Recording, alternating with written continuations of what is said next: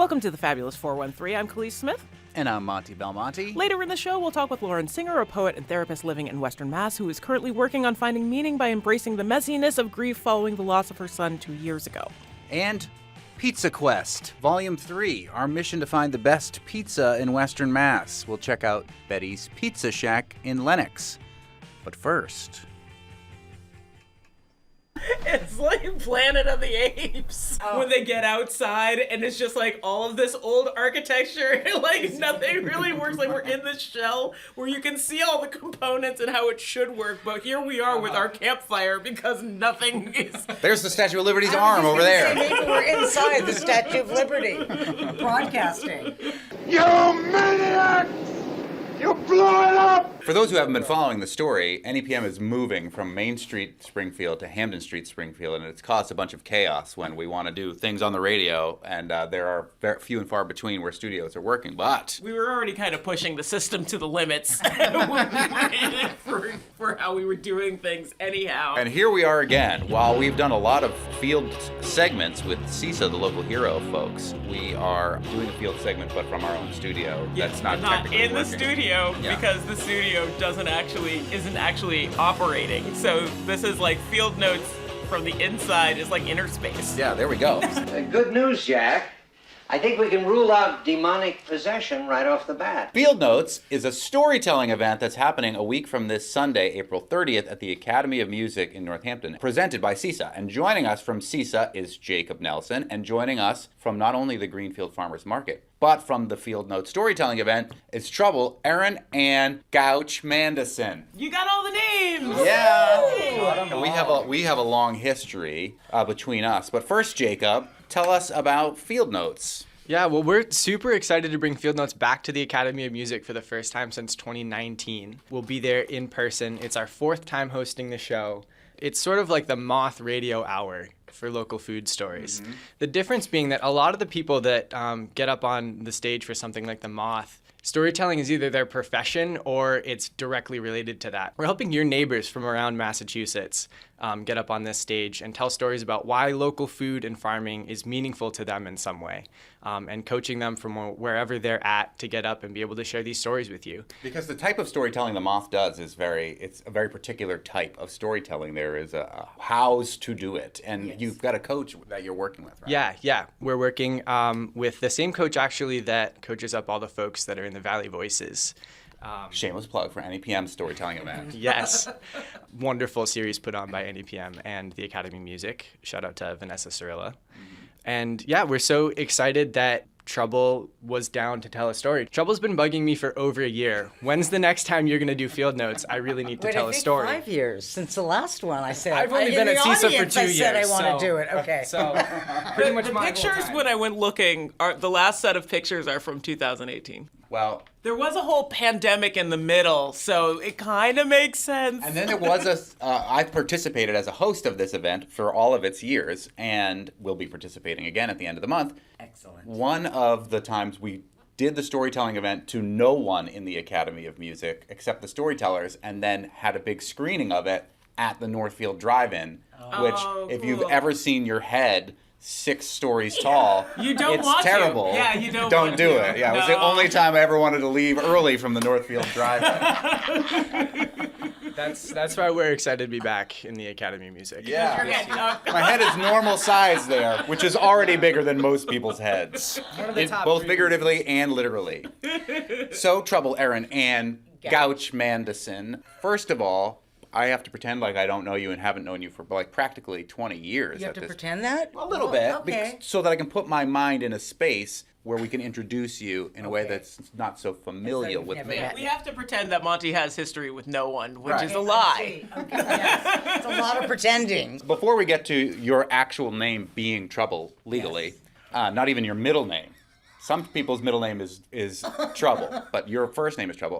What will you be telling a story about at Field Notes? I'm going to be telling a story about cooking and learning about farming and local food since I moved to Western Mass. And I'm always cooking for other people, but I sort of feel this sense that I need to be told I'm a cook. I need to earn the title cook. And so that's sort of my challenge in my storytelling is cooking but not feeling like I'm legitimate. And then somehow at the end of after cooking dozens of lasagnas, for this lasagналove.org. I don't know if I can say that. Sure you can. And You're not an underwriter of any plan. okay. Like CISA is. Full disclosure, we just choose to talk with CISA because we like them. They're not paying for this segment. But lasagналove.org, little plug here, is where anyone can go and order lasagna for free, no questions asked, every 30 days. And I cook. You don't know about this? No. Oh my God. lasagналove.org. I'm a cook. I do it all at my own expense. I cook free lasagnas. I personally will do vegetarian, vegan, whatever. I make huge lasagnas so you have leftovers. And then I go deliver it and just drop it off on a stranger's front porch. Is it fantastic? only local No, here it's in national. It's a big national organization. Wow. Yeah. So my neighbor has his grandchild living there, so I just left a big lasagna on their doorstep the other day. He gave me a 10 out of 10. Wow. So that was. Are you changing your story to Garfield notes? No. Garfield No notes. one's You doing can use that. that joke because No if one you're talking wants- about lasagna and it's field notes, Garfield loves lasagna. Oh, my Garfield God. notes. No one wants this. I want it. Garfield. Are you old enough to remember Garfield? I remember even? Garfield. He's in the paper every day still. still? Same the joke. best version of Garfield is two better versions. One is Garfield without Garfield, Which is my favorite. which is the best. Someone just went in and took the comics and just took the cat out, and it ends up being this beautiful existential piece of art. It's amazing because John just kind of looks like he's talking to himself Yeah, like he's about losing his his problem, mind. right? And then there's a series where people turned Garfield into this like eldritch Lovecraftian monster over a series of comics, and it's beautiful. I'll have to check that one What out. comic store do you go to? All of them. We're speaking with Jacob Nelson from CISA, the local hero, folks, and Trouble Erin Ann Gouch Mandison, who's a storyteller at Field Notes, coming up on April 30th at the Academy of Music, a wonderful storytelling event, hearing about stories from our agricultural community. And another thing that you do, Trouble, is you are a volunteer at the Greenfield Farmers Market. Well, I'm kind of the assistant fill-in manager. Yeah, because Yes. do they not have a manager at the They, moment? they have one new full-time manager, Hannah Logan. She's awesome. She's reconfiguring and just putting new life into it and working very hard. And I am just going to fill in for her. For instance, I'm doing opening day because she can't be there for whatever reason. So I don't really know what my role is. I love the market. I believe in it so much, and I want to just be a supporter of it, whether they pay me or I volunteer. If people want to volunteer for their local farmers market, who do they generally look for to? Maybe ask the market manager who's at whatever particular market. I mean, I don't really know about volunteers. To be perfectly honest, usually there's a manager. There might be an assistant or fill-in manager, but I don't really know of, because we're just creating the space for the farms to come in and the craft and the artisans. We're not a for-profit group, right? We're just sort of creating the structure for them to come and sell their stuff. So I will say, if you want to learn more about what farmers markets are in your area, CISA and our online guide for local farms and food has all of the markets that are in the 3 counties of the Connecticut River Valley, and Berkshire grown over to our west and Central Mass grown over to our east, as well as Mass Farmers Market, which is a statewide organization coordinating farmers markets from sea to mountains. They're a great place to just find what markets are around you. And there's a bunch of new ones that are opening up this year, which is exciting. Many of these markets are looking for volunteers and folks to get involved in any way. And they all have at least one point person, one manager.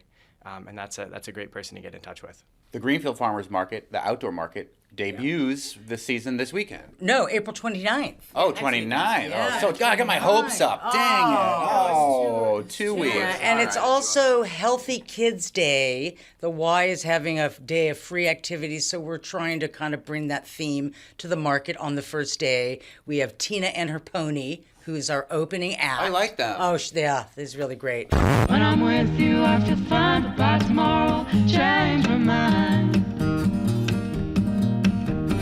Don't you know I'll love and break your heart? It's actually, is it her? Because I don't think there's a real pony. No, the pony is also person seemingly of the female persuasion. I can't make assumptions, but she does say her pony. So, Right. yeah. And the market is really full this year with old vendors, new vendors. The city is sponsoring food trucks. And so there's going to be like a rolling roster of food trucks, hopefully every week, serving a lot of different food, which will, make it kind of fun. And like I said, the new manager's really trying to breathe new life. COVID really dragged it down for a couple years. And, we hope to have a really thriving full market this year. And it's right outside of Hawks and Reed and Greenfield, right in front of City Hall, right on that common right there. Probably not this weekend, because who would want to have the farmers market and Meltdown happening at the same time in the same space? Shameless plug for our former radio station's event, and you'll hear more about it on tomorrow's show, the Free Family Music and Book Bash, in the exact same place in front of Hawks and Reed. Shameless plug. This Saturday. So then next Saturday. Yeah, I can't imagine the mess and just the shenanigans that would happen if that were happening. It would be fun. Well, that's like B-Fest. That's this day. B-Fest is the farmers market. Yeah, it's chaos. Which is another big Greenfield event. Yeah. Celebrating bees and pollinators. Yay! Trouble. Yeah.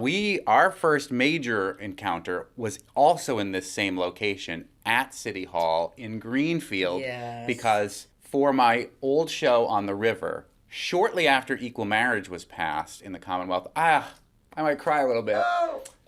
Massachusetts, you and Gouch reached out to me and wanted to offer up putting your wedding on the radio. So I went to your wedding at City Hall. I recorded it. I turned it into a radio piece. It was fantastic. And now we've known each other ever since. I went to your wedding anniversary. Our 10th party. anniversary, you came over. Yeah, and now we just celebrated 16 years married. Oh, that's amazing. I know, it is. So tell us now about the name Trouble, because it is your legal name. It is my legal name. Okay, I went to college at 40. I lived on campus. I went through the whole traditional student experience at 40.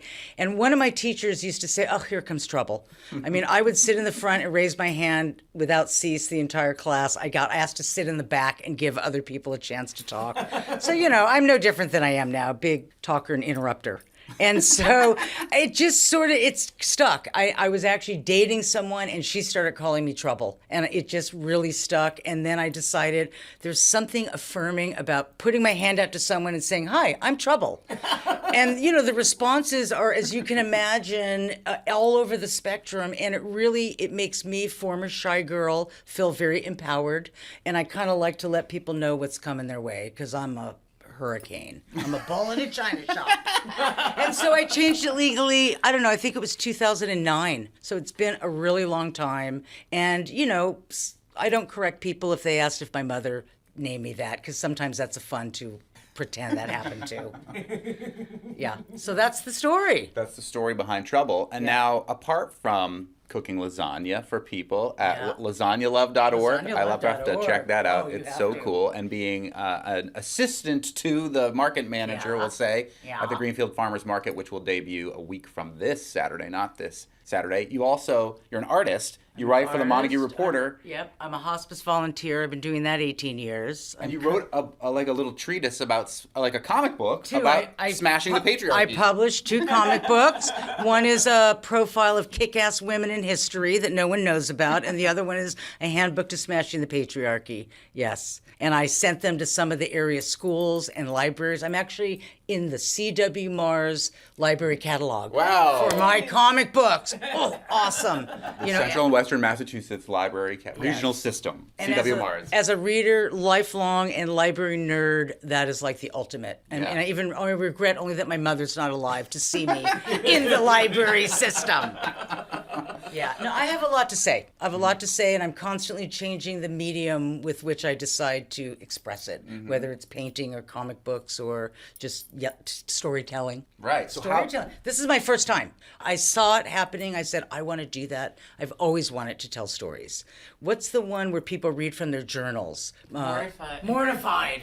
Yes. There is a show called Mortified where people get up and read their journals from junior high school, and middle school journals. And I have those journals. Oh, wow. But they're always Boston, they're bigger, so I never went. Oh, you saved the evidence. I burned mine. Oh no. Sometimes I read it and no one can see this ever. Oh, I'm even humiliated by it. I still like opening it and the burning shame if anyone had ever read this, at 17 when I wrote it. But, I always wanted to tell stories, but I've never really performed short of of the 3rd grade where I believe I was a lady in waiting and I said, "I'll walk for you, my lord." And that's my entire performing Now history. you're smashing the patriarchy. So Trouble, Aaron, and Gouch Madison will be one of the storytellers at Field Notes a week from this Sunday, April 30th at the Academy of Music in Northampton. How many other storytellers, Jacob Nelson from CISA, who puts on this storytelling event? So Trouble is going to be joined by 6 other wonderful people on stage, and we're so excited that people with such rich and amazing stories to tell, like Trouble, are going to be there with her. We have one storyteller who's going to be telling his story in Spanish. I was just gonna ask. Hey! Which is exciting for us. We're finding that doesn't happen a lot around here, and we're excited to try to be part of a little part of the change to that. We're excited to bring you their rich and amazing stories about how food has touched their lives. And sliding scale tickets are on sale now at CISA's website for as little as $10 at buylocalfood.org. Come join us at the Academy for a 2-hour matinee next Sunday. We're excited to see you there. Jacob Nelson from CISA, the local hero, folks, and Trouble, Aaron, and Gouch Madison, storyteller, market manager, author, illustrator, Volunteer. Baby lasagna lover. maker, Baby lover. babies too. No, I've been loving on babies. You can find out more at buylocalfood.org. Thank you both so much. Thank you, Thanks, Monty. Monty. And And Khalees. Khalees. Oh no, I'm a side project. No, not at all. You're the main course. Our engineer Betsy picked up a CISA Farmers Market flyer at her local CW Mars library. They're really useful. Later in the show, we'll talk with Lauren Singer, poet, therapist living in Western Mass, currently working on finding meaning by embracing all of those cruel things that happen to us and turning them into something that we can live more with, following the loss of her son 2 years ago. Up next, Pizza Quest, Volume 3. We dive into a pie from Betty's Pizza Shack in Lenox in an effort to try to find the best pizza in Western Mass. You're listening to the Fabulous 413 on NEPM. Pizza Quest! Here we are in the Berkshires at Pizza Quest 3 because we are on the search for the best pizza in the 413 at Betty's Pizza Shack. Betty's Pizza Shack. Yes, in Lenox, Massachusetts, right in the heart of the Berkshires. And this was recommended by our director, Tony Dunn. I recommended Betty's. Betty's is one of my top 3 pizza places in the Berkshires. Okay. I would say Betty's ranks number 2 on that list. Cliffhanger. High praise indeed. Do you guys want a second to look at the menu? Nope, we know exactly what we want. What can I get? Can we have a large pizza that is half cheese and half pepperoni and mushroom? Yeah, just that. Yeah, great. Thank you. Which is what you have to do for Pizza Quest. It's the control. It is the control because mushrooms are always contentious. There's a divide over whether they are canned or fresh. And pepperoni is also sort of contentious because the size, the variety, there is a wealth and a broad spectrum of pepperonis you may encounter. And the pepperoni here, in my humble opinion, is what sets Betty's apart from other pizzerias. Okay, so now we have standards and something to look forward to. We've talked a lot about pepperoni cupping. A lot of times the super fancy pepperoni, as opposed to just lying flat like you bought it out of a Ziploc bag hanging on a hook in a supermarket, seems like it is of a higher quality, or maybe it's just cooked at a higher temperature and it curls. Yeah, it's the temperature. And if Mark Latenzi, our pizza guru, were here today... Rest in peace, Mark Latanzi. No! Oh, no, he didn't die. Oh my gosh, he just couldn't come not to the here. party. He's working like a normal person. He'd tell you, like I'm telling you now, that it's a matter of temperature. Like when your temperature is high, you get enough heat to make those edges shrink in very fast so they'll maintain the cup when it comes out. If your oven is at a lower temperature, it won't do that. And by the time that it's at a temperature where it could do that, the cheese is already kind of bonded to the edge of the pepperoni, so it won't. So cupping is a good sign generally. And I will tell you that unless things have changed dramatically since the last time I've been here, which was pre-pandemic, I might add, it's all about the cup. What I immediately loved about this place is that it's called Betty's Pizza Shack. I love anything that's called a shack. Captain Shake Jack. Shack? Well, I've never actually been to a Shake Shack, but I hear people love that. It's okay. Yeah, it's all right. Captain Jack's Roadside Shack, Mac's Shack on the Cape. So you call it a shack, I love it. And the decor here, I'm already in love. There's so much kitsch here. Like, we're between a picture of the two main characters from Treasure Island and the cast of Fantasy. Oh, sorry. The plane! Today's you is almost late first. Not likely, Katu. Not likely. Fantasy Island, my bad. And Airwolf. Yeah, an autograph picture from Airwolf that looks like a real autograph. An autograph picture of Rocky Balboa that says, "Yo, Betty, you rock, Rocky Balboa," which seems obviously not a real autograph. No, I don't hate Balboa. And a poster from movie of previous Fabulous 413 guest, John Sayles' Piranha. I love it. They're watching the Unbreakable Kimmy Schmidt on the TV I know. behind and here. That's like an endorsement already. That show is fantastic. Mr. T. There is a giant life-size, almost life-size cutout of Mr. T. But I pity the fool. There's a wrestling poster right across from us, and I can't see who it is, but I already love it. It's somebody doing like a flying slam. Yeah, Ricky the Dragon Steamboat or Jimmy Superfly Jimmy Superfly Snuka! That was my initial guess, but I don't know. There are paper plates that probably mostly kids have done drawings on or hanging up here, and it's got like this corrugated metal. And they're playing M83 right now. I'm all good. Yeah. Even if the pizza sucks, we already love Betty's Pizza Shack. The pizza will be a plus. Pizza has arrived. Being the only ones here, again, in the middle of the day, took a long time. So, constructive criticism. Yeah, I would agree. They also just got off of lunch rush. Yeah. All right. Also, cash only. Mm-hmm. Respect that, because you're probably up to some no good shenanigans. So I'm here for that. Cash or check? Yes, or check. They're keeping their money local. Like, there's a lot of places that do that, and that's okay. Do you guys want any ranch, hot sauce, or parmesan with the pizza? No thanks. Okay. Yep. Thank you. Okay, so first comment. Fresh mushrooms. This is our first fresh mushroom place. It definitely appears to be. Second observation, Parmesan cheese sprinkled, dry Parmesan cheese sprinkled around the edge. Yes, Right and on the crust. there is a roof of cheese, but it feels like a different roof of cheese. It doesn't feel like your traditional roof of mozzarella cheese. Also, no, nothing underneath. Like no cornmeal, no flour in that way, but good spotting. There is some decent leoparding on this, and they do look like they have a wood-fired pizza oven, right? Or they have a fire pizza oven. Yeah, which will get hotter, which is good for your pizza. I don't know what they're firing that with, but they're definitely putting it in a fire oven, not just like an electric oven where they're cooking a pizza. Yeah. And in regard to pepperoni cupping, these are tiny pepperoni, and there's a lot of good cupping. Yes, and there's a lot of them. This isn't just like a handful of pepperoni slices just scattered about. Every slice is loaded with these tiny little pepperoni, perfectly cupped. And Am I the only one who feels both a little bit uncomfortable, but also very comfortable talking about cupping? It's like my brain immediately goes to Eastern medicine instead of the place that yours goes. Okay. In which case, I will say that cupping is uncomfortable for me, but it works for some.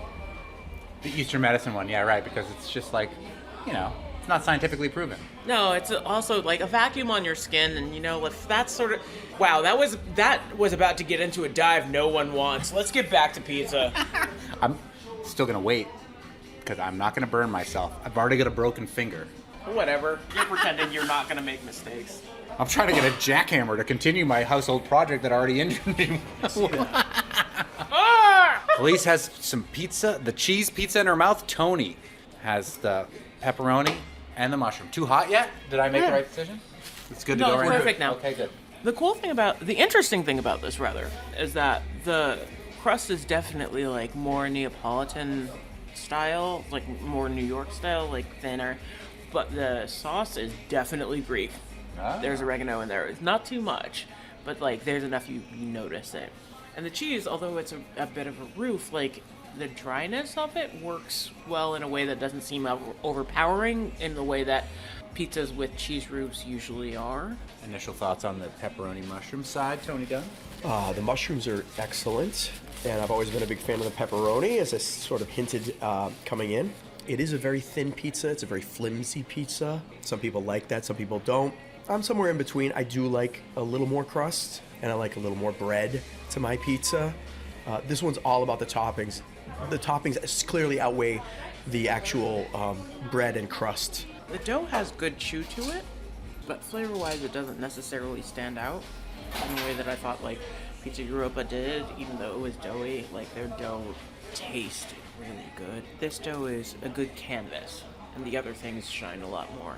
This pepperoni is pretty fantastic. I think the sauce is too sweet, and I don't mean this in a too insulting way, but there's a little bit of a Chuck E. Cheese element. The crust is not Chuck E. Cheesy, but the sauce is Chuck E. Cheesy. If Pizza Guru Mark Latanze were here, he would have serious things to say about this crust. So what's your take if you were to talk for our amateur pizzaiola, Mark Latanze, who's been at the other Pizza Quests? Despite the fact that I really like the pepperoni, but the pepperoni's carrying the topping half of this pizza. The cheese one was a little bit better. You got a little bit better of an idea of what it was like. The sauce is a little too thick. I do like the dryness of the cheese. That's where we were going to differ anyway. And this crust needs to have a little bit more of its own backbone. The pizza itself, like the cheese side, demonstrates to me that it's relatively unremarkable. It's the toppings, and for me, in this case, the pepperoni specifically, that puts it way over the top. It's spicy, it's hearty, and there's tons of it, and that's why I love coming here for the pepperoni. Although, frankly, like, I am way more of a fan of fresh mushrooms on pizza, but on the topping side, like, the pepperoni and the mushroom are, like, all what it's about. And although I know that's supposed to bring something to the pizza, it can't be all of the pizza. It needs a big enough backbone to carry the toppings and make it something extra. It does it right. Now we'll argue off the air about Fun Period and Janelle Monáe's We Are Young, the song that's playing in the background here at Betty's Pizza Shack in Lenox. Okay, so let's not, like, I love Nate Ruess. Let's not talk, like...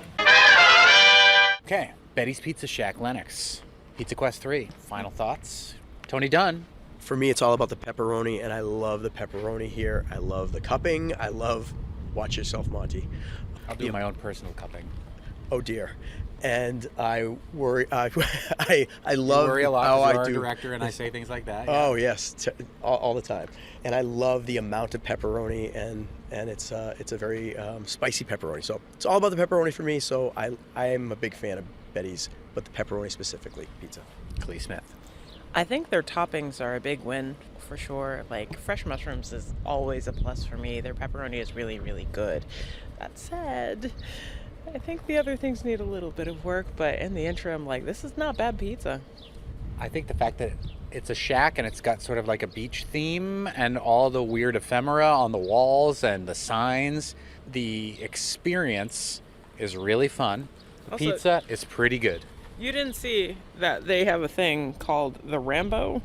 There's a challenge on. Oh my God! On Thank the table. God you didn't tell me about this, because what's the challenge? Yeah, we had to eat get the outside. Rambo? You Yes. have an hour to eat the Rambo. They drew first blood, not me.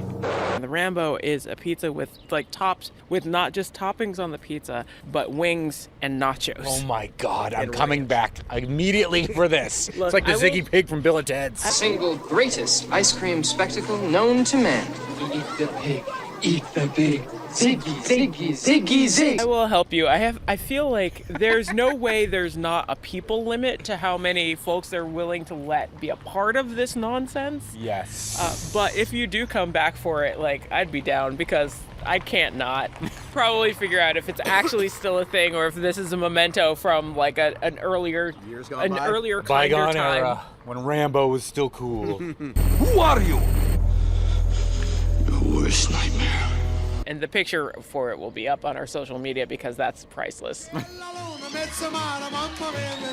Coming up, poet Lauren Singer speaks with us and shares her work, talks about how it navigates through grief and other challenging parts of life. You're listening to The Fabulous 413 on NEPM.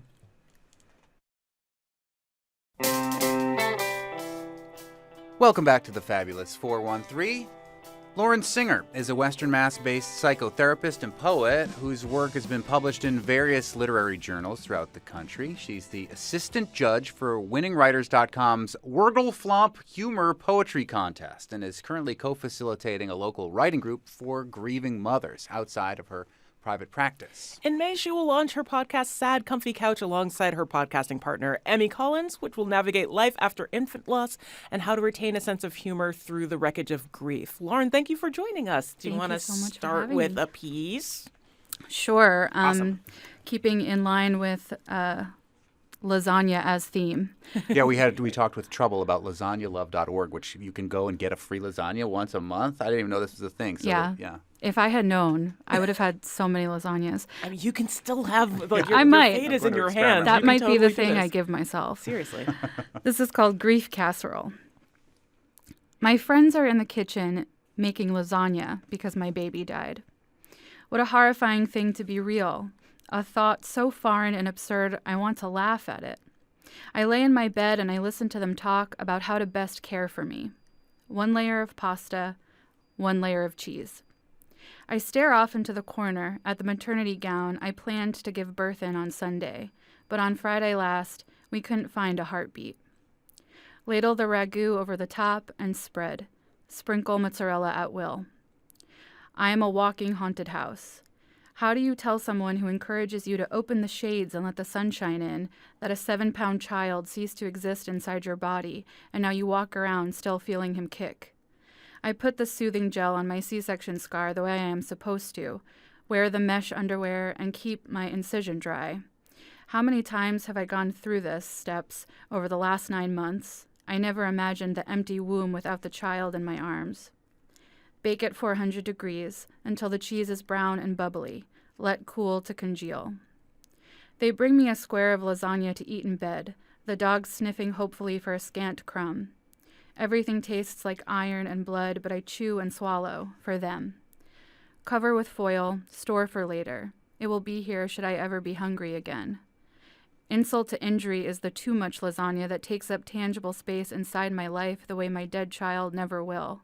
Nothing will ever be okay again, lasagna or not. The vultures spread out on the lawn as if they know I'm rotten. Freeze leftovers. Do not overheat. Yeah.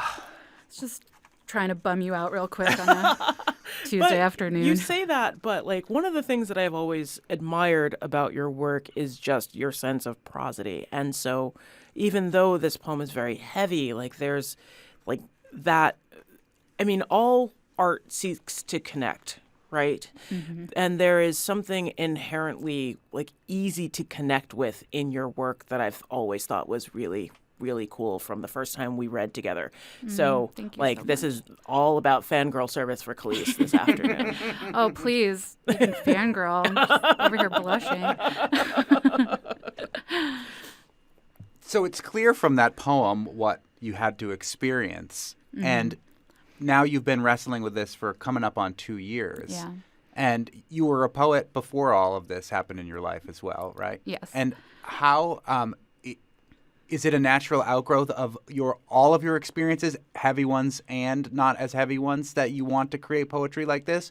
Or did the poetry help you more than it did before the loss of your child? Like, is this therapy for you Yes. as opposed to art? Or is it both? I would say that it's both, because I think that the writing that I do on my own is therapy, and then the writing that I share is art. So it's definitely a combination, and I'm also a therapist, and so it's always been so, I don't know, in my own nature to kind of create process that is creative as a means of just like exploring whatever is kind of warbling around in my head, and then when I get to share it with people, that's the part that feels artistic or performative, I would say. How do you define where that line is for you? You know, I don't actually know. I think sometimes I'll write something and it feels so deeply personal, and I know that it will never go anywhere but, inside my notebook. And then other times I'm like, I really want to share this one particular line, or I get one line in my head and I know that like it's something that I want to say out loud to a group because it resonates with me in a way that I think would resonate with other people. But sometimes it's just my own need to like externalize. We want to hear more about your upcoming podcast and how your work doing this sort of thing and talking about these really heavy things is helping not only you but other grieving parents. Yeah. But let's hear another poem. Sure. We're talking with Lauren Singer, Western Mass-based psychotherapist and poet. The big dog fell off the bed, and now she thinks she cannot get back on. I want to explain to her that she can just jump up as she has always done, that next time does not guarantee another fall. But she is big and dumb and sweet and stands crying at the foot of the bed, too heavy for me to lift her. So I cry too because I can't explain it to her, because I don't want to sleep alone and neither does she. And if I were smarter, I would know what sort of metaphor for life this was, but my dog and I are just sad in this untranslatable wait for the night to be over and for her to forget what she couldn't do yesterday. Seriously, just so I love it. So not only are you working on a podcast about grief and processing, but you're working on a writer's workshop for that as well.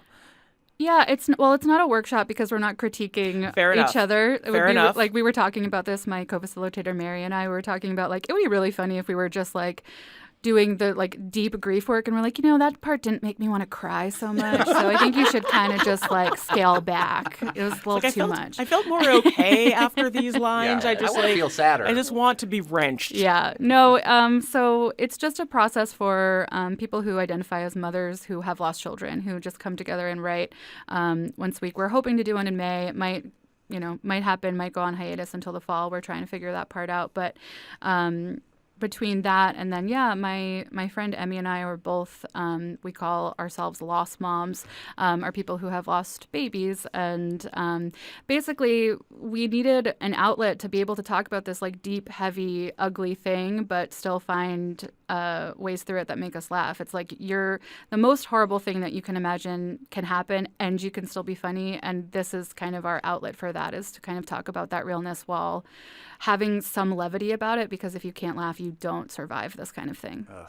Yeah, it is like my greatest fear, and yet I can imagine if this happened to me, I would handle it in a very similar way, where it would be this kind of quote unquote gallows humor, where you just have to go, whistling past the graveyard, and this really with this super super super sad thing that you're going through. And I was reading through some of your posts, and you were talking about having an internal critic where you don't want people to see these parts of you, and you try so hard in your life to hide them, but that you have kind of fully embraced this very extraordinarily difficult thing that you've gone through now and taken it even to another level where you're being public about it. Yeah, thank you for saying that. I think for me, I think I've been always trying to create some kind of humor, some kind of relatability about that internal critic, because I know just through my work that we all struggle with it. And then after this loss, which feels like this great failure or this, this sort of unthinkable thing, not being able to find my way through it with something that, again, it's like it's like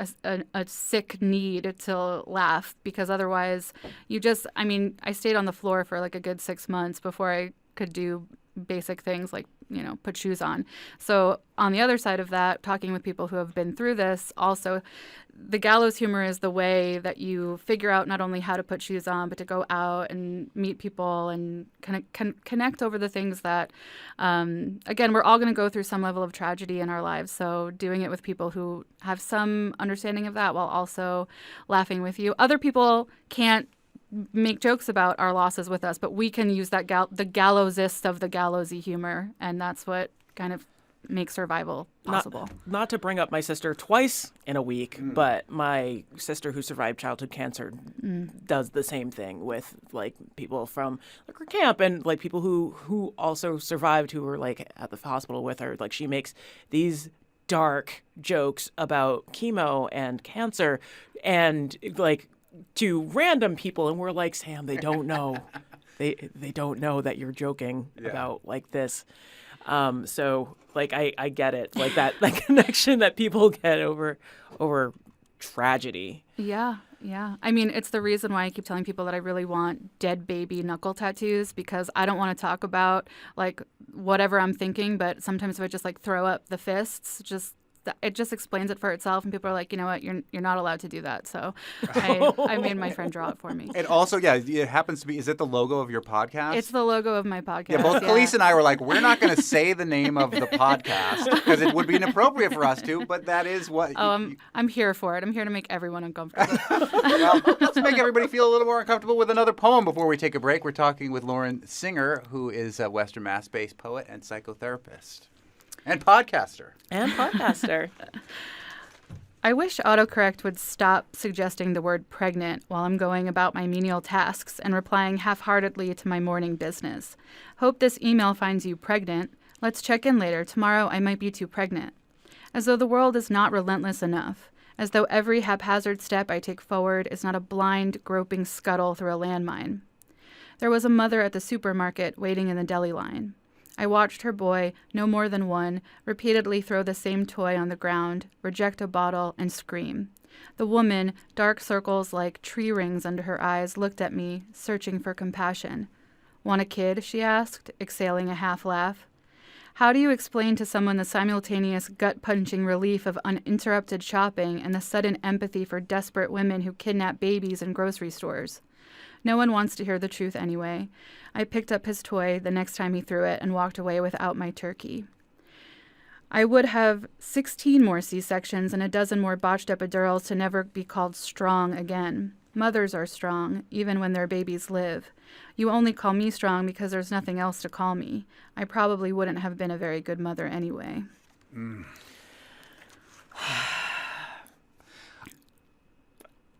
Yeah. I'll cheer you up in a few minutes. Yeah, we're going to talk about boobs on the other side of the break, and who doesn't love that? I'm bringing boobs back.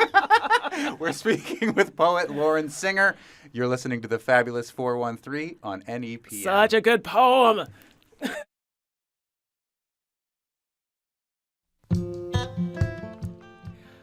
Welcome back to the Fabulous 413. We're here with Lauren Singer, who's a Western Mass-based psychotherapist and poet whose work's been published in various literary journals and who is starting a new podcast, has a writing session, shall we say, starting up, all dealing with grief in our lives and how we get through that. But that's not the only topic she writes about, I want to make clear. Even though she writes about it so brilliantly. Brilliantly. We were speechless for the first time in the history of the show. But in addition to just the way that your language comes off the page and seems incredibly human, like your humor is definitely one of the other things that came into play. Like I remember the poem that you read, I think only time we've ever read together about the eggplant pizza, which I absolutely adore. Go out and find it. Not radio friendly. It is very. But it is very funny. It is very funny. It is very not radio friendly. But like humor has always been a part of your work, not just as coping mechanism. What drew you to make like those like lighter moments in poetry part of your work? I think I was just like one of the weird kids growing up and just had a sort of knack for making people laugh. And I don't think it was necessarily because I was like pulling like big gags or body humor type of person. I think it was just that like I found that when I talked about really mundane things in an approachable way and put a little twinge on it, it made people laugh. And I just kind of got addicted to that as sort of like a craft. And I'm never going to be the kind of person who stands on a stage doing stand-up. It's just I would pee myself. So but you can see her at a TED Talk doing the Beyonce poem, which I would suggest because it's also pretty great. Thank you. Well, can we hear the aforementioned poem? Absolutely. It's called Boobs Are Still a Big Deal. In 3rd grade, I will discover my power when I decide I need to make some money. If I buy lunch every day, I cannot buy Pogs on my walk home at McNulty's ice cream shop, and then I cannot impress Chris Brady, who has a Tasmanian devil lunchbox and a gaping, toothless smile. My best friend, who's also named Lauren, which is the main reason that we're best friends, decides we should start a business. She says, boobs are becoming really important. I don't know what she means, but she sounds very serious. I nod knowingly. Yes, I say. That evening, we go to her house. Her stepbrother, at 16, has a very large supply of pornography hidden in a trunk under his bed. Lauren and I gasp over the illicit images on the glossy pages of his magazines. We are scandalized but intrigued. We have seen our mothers in various states of undress, and their bodies do not look like these. I want to look like this one, Lauren says. This one is a hairless, shiny blonde with dead eyes that terrify me. I flip through a Christmas-themed hustler. I cannot find a girl to personify with, but there is a small dog being cradled in the cleavage of a naked elf. I like this one, I say. She at least has pets and a costume. Lauren will grow up to get breast implants. I will grow up to love theme parties and then adopt a puppy. After our extended research, we realize that this is our gold mine. But your stepbrother will notice when his magazines go missing. For a moment, we debate on many things.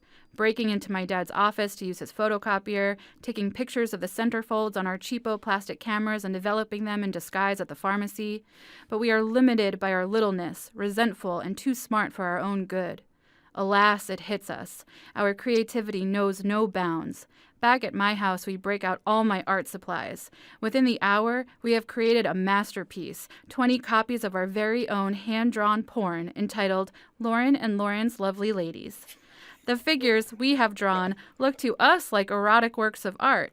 We focus on the breasts first and foremost, making sure each girl has perfectly round attachments on her chest. I have a stencil with a circle scale, small, medium, and large. At school the next day, we publicize this with impeccable marketing. Lauren's house is full of junk food. Buy a copy of our magazine, get a free handful of peanut M&Ms.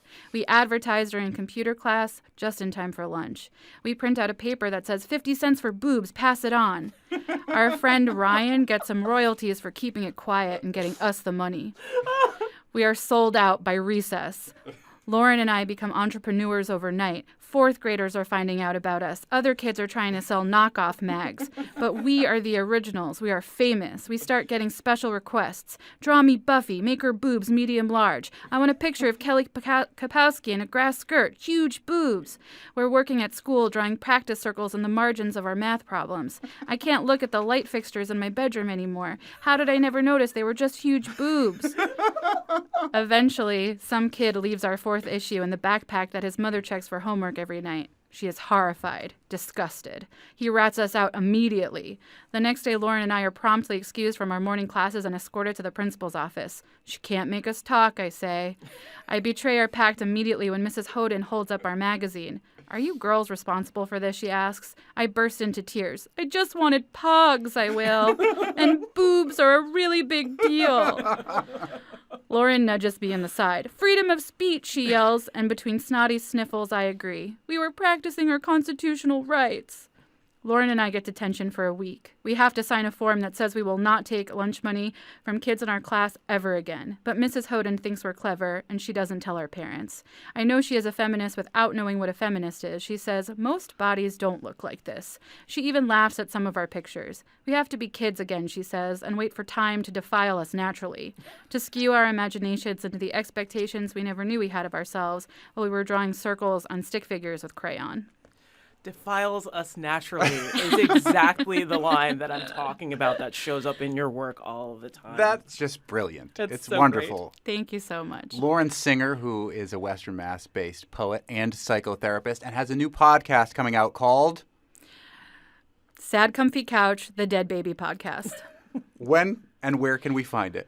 Right now, it is scheduled to be released on May 3rd, and it will be wherever you can find podcasts. And we have an Instagram called Sad Comfy Couch, where you can find us in the meantime.